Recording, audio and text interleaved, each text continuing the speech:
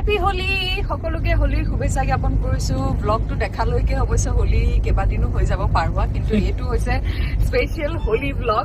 আৰু অতি স্পেচিয়েল কিয়নো এবাৰ আমাৰ ৰাধা ৰাণী আছে আমাৰ লগত গতিকে এবাৰ হোলি খুবেই স্পেচিয়েল ইয়া গেটৰ ভিতৰত সোমাই গ'ল এতিয়া গৰঙা পালে গেটৰ ভিতৰত সোমাই মানে গৰঙা মন্দিৰত সোমাই গৈছে এয়া খোজকাঢ়ি গৈ আছে গৈ এতিয়া মন্দিৰত সোমাব আৰু কিমান যে ইয়াতো ভগৱানক কিমান যে ক'লো সন্তান এদিলেহে ভগৱানে মনৰ আশা পূৰণ কৰিলে বৰষা বায়ে গৰঙা মন্দিৰৰ বজাৰখন দেখুৱাই দিলে আমাক চাওকচোন আপোনালোকে এয়া আহিছো ভোগ ঘৰলৈ কাইলৈ অন্নভোগ অৰ্থাৎ দ্বিতীয় দিনাখন ইয়াতে অন্নভোগৰ আয়োজন কৰা হয় আপোনালোকে আগৰ ভিডিঅ'টো দেখিছেই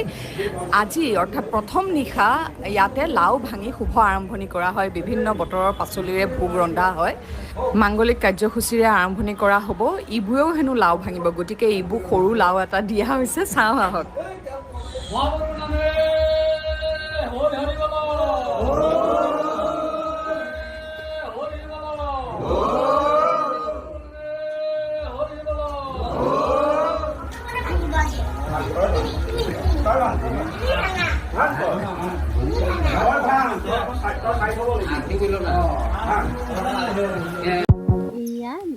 ৰঙা লাইটো ভাঙি দিলে ভাঙিব নোৱাৰিলে কিন্তু সৰু যে সি চৌকাতে সোমাই গ'ল সেইটো আকৌ দাদাই মানে বৰষাবাৰ দাদা হয়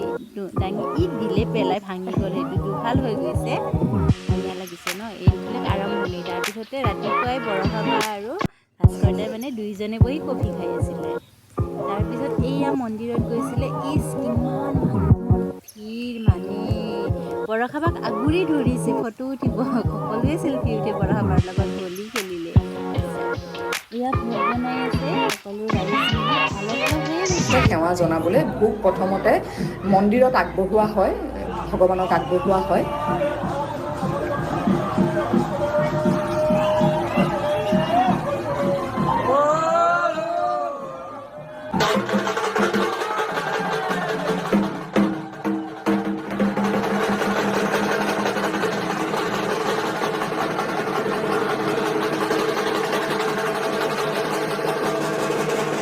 ভগৱানক আগবঢ়োৱাৰ পিছত এই ভোগ লৈ যোৱা হয় গৰঙা বিললৈ মাছক প্ৰদান কৰিবলৈ মাছক দিয়া হয় খাবলৈ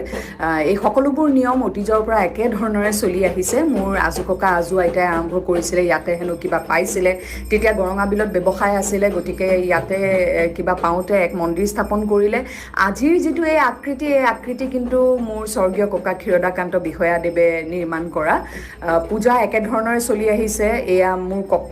পিতৃ খুৰাহঁতেও কৰিলে এইবাৰ আইতাৰ দেহবসান হোৱাৰ বাবে দেউতা পূজাত বহিব পৰা নাই মোৰ দাদা বহিছে পূজাত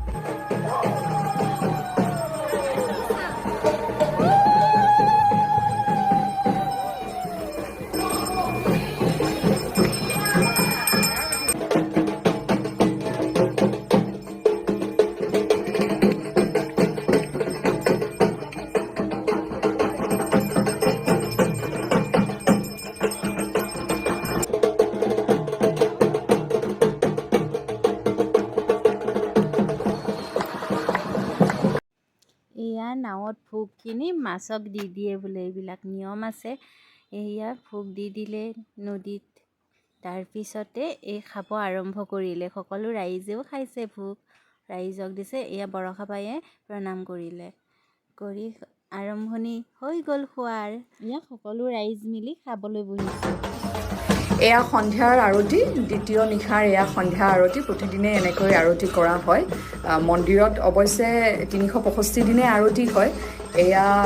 ফাকুৱা বুলি দৌল উৎসৱ বুলি বিশেষভাৱে এয়া আৰতি কৰা হৈছে এনেকৈ এয়া মোৰ দাদা আগবাঢ়িছে এটা নতুন আমাৰ শিৱ মন্দিৰ নিৰ্মাণ কৰা হ'ল ইয়াতে আছিলে এভাগ সৰুকৈ আছিলে এয়া এইবাৰ শিৱৰাত্ৰিত মুকলি কৰা হ'ল এই ভাগ মন্দিৰ দুটা দিন সুন্দৰকৈ পাৰ হ'ল এয়া তৃতীয় দিনাখনো পুৱা মন্দিৰত পূজাভাগ হোৱাৰ পিছত এয়া সিপাৰলৈ গৈছে সেয়া দেখিছেনে ৰঙা কাপোৰ বান্ধা আছে তাতে এক শক্তি থকা বুলি বিশ্বাস কৰা হয় আৰু সেই শক্তিৰ আমাৰ এই ভাগ মন্দিৰৰ লগতো এক সম্পৰ্ক থকা বুলি লোকবিশ্বাস সেইটো পাৰে আৰু এটা মন্দিৰ আছে মন্দিৰতো প্ৰসাদ দিবলৈ তাৰ পিছতে এয়া স্নান আৰম্ভ হৈছে ফাকুৱাৰ গোসাঁইৰ স্নান আৰম্ভ কৰা হৈছে তাৰ পিছতে গোসাঁই ফুৰোৱা হ'ব আজি হোলী খেলিব আৰু আজিয়েই হৈছে সামৰণি পূজাৰো সামৰণি হ'ব এই অনুষ্ঠানৰ সামৰণি হ'ব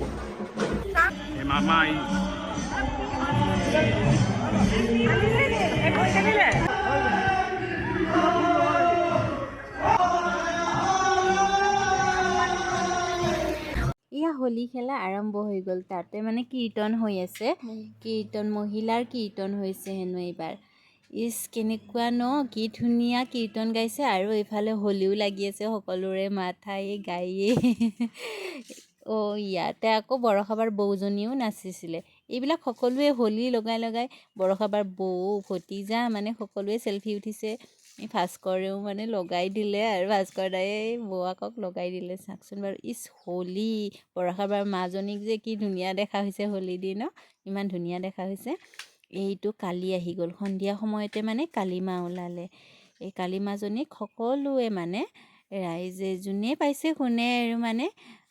অলপ টকা দি মানে প্ৰণাম কৰিছে ভিডিঅ'টি চাই আপোনালোকে কেনেকুৱা পালে কমেণ্ট কৰিবচোন আৰু ভিডিঅ'টিৰ শেষত মানে কালী মাজনী যে বিৰাট ভয় লাগে ন মোৰ হ'লে ভয় লাগে কিন্তু আপোনালোকৰ কেনেকুৱা লাগে ক'বচোন বাৰু কমেণ্ট কৰি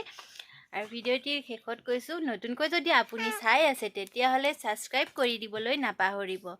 লাইক শ্বেয়াৰ ছাবস্ক্ৰাইব কৰিবলৈ নাপাহৰিব তেতিয়াহে নতুন নতুন ভিডিঅ'বোৰ আপোনালোকে পাই থাকিব এতিয়ালৈ বাই বাই আৰু এটা নতুন ভিডিঅ'লৈ অপেক্ষা কৰি থাকক